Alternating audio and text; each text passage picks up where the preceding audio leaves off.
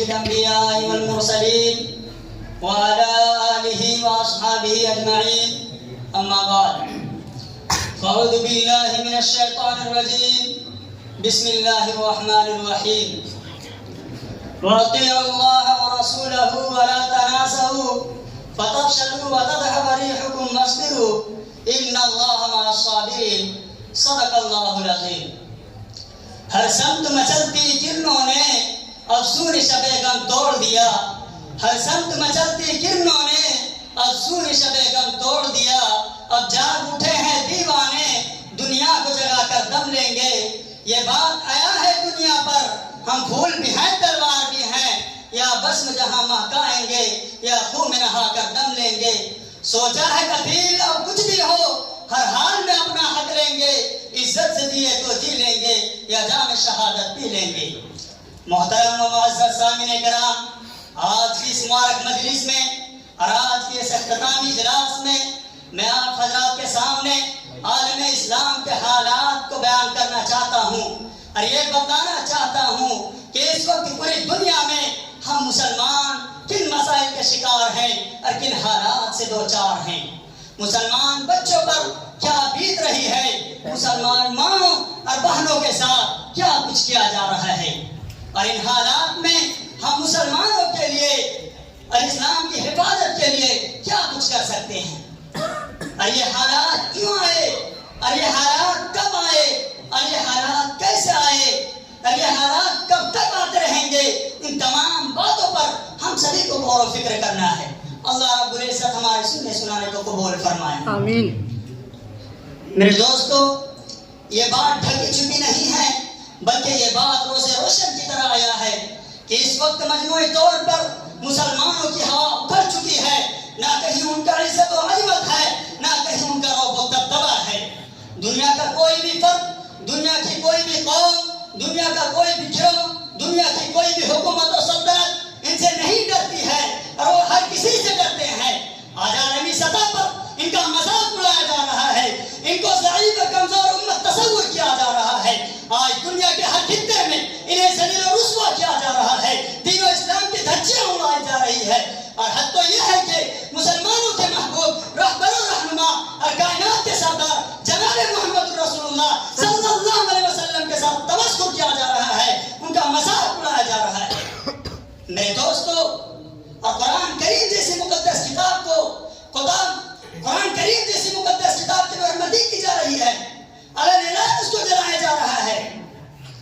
اور اسلام کے جانشین صحابہ کرام رضوان اللہ تعالی علیہم اجمعین کے خلاف کتابیں لکھی جا رہی ہے. دہشت گردی کا الزام دے کر مسلمانوں کو اور مسلمانوں کے رہنما علماء کرام کو چن چن کر مارنے کی پلاننگ کی جا رہی ہے، طرح طرح کی سازشیں کی جا رہی ہے. میرے دوستو، ذرا سوچو تو صحیح کہ آخر ایسا کیوں ہو رہا ہے؟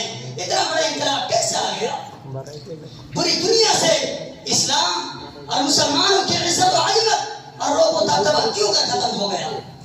کل تک وہ مسلمان جن سے کیسر و کسرا جیسی سپر پاور طاقتیں لڑستی تھی، کل تک وہ مسلمان جو رہتے سے 313 تھے مگر انہوں نے 1000 مسلح تجربہ کار کافر کو شکست دی تھی. کل تک وہ مسلمان جو 3000 تھے مگر انہوں نے 2 لاکھ لشکر کو شکست پھانس دی تھی. کل تک وہ مسلمان جو آگ کے سمندر میں کود جایا کرتے تھے اور خون کے سمندر کو عبور کر جایا کرتے تھے. مسلمانوں، کیا ہوا کہ آج اس قوم سے، دنیا کے سب سے بدترین قوم، دنیا کے سب سے رذیل و کمین قوم، آج اس قوم سے اسرائیل جیسی مظلوم ترین قوم بھی نہیں ڈرتی؟ ذرا سوچو تو صحیح کہ آخر ایسا کیوں ہو رہا ہے؟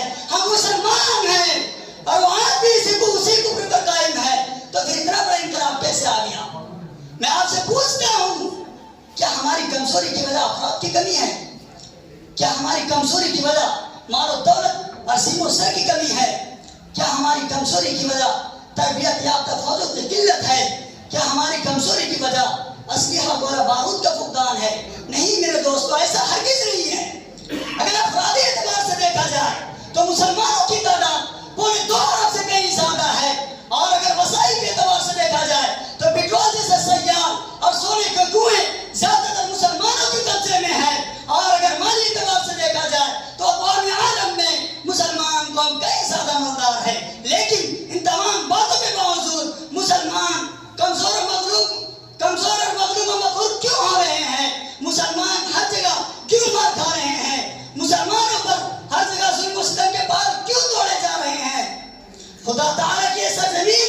اپنی تمام تر وسعت و کشادگی کے باوجود ان کے لیے کیوں تنگ ہوتی جا رہی ہے؟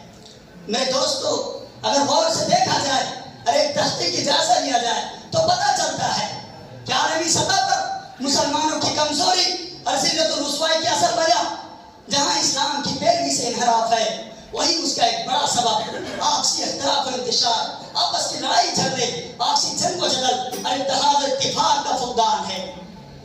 میرے دوستو، پوری تاریخ اس بات پر گواہ ہے، جب تک مسلمانوں میں اتحاد و اتفاق اور قوت و محبت کے رشتہ برقرار رہا، جب تک مسلمان اتحاد و اتفاق کی لڑی میں پیوست رہی، اس وقت تک انہیں کوئی آگے نہیں دکھا سکتا تھا، اس وقت تک ان پر کوئی اپنی حاکمیت ظاہر نہیں کر سکتا تھا اور وہ ساری دنیا پر چھائے رہے۔ لیکن جب سے انہوں نے ایک دوسرے کو گرانے، ایک دوسرے کی ٹانگ کھینچنے، ایک دوسرے کو سیر کرنے کا عمل شروع کیا، اسی وقت سے بے کسی، بے بسی، مایوسی اور معاشرتی خرابیاں تمام تر اس کے اندر پائے جانے لگی۔ میرے دوستو، اگر ہم پھر سے امن و سکون اور اتحاد و اتفاق چاہتے ہیں تو آئیے اور اتحاد و اتفاق کے ایک پلیٹ فارم پر جمع ہو جائے اور قوت و محبت کے رشتہ قائم کرے اور احکام شریعت قائم کرے اور ساتھ میں اعلان کر دے، باطل سے ڈرنے والے، اے آسمان نہیں ہے ہم، 100 بار کر چکا ہے تو، انتہا ہمارا، وما علینا الا البلاغ۔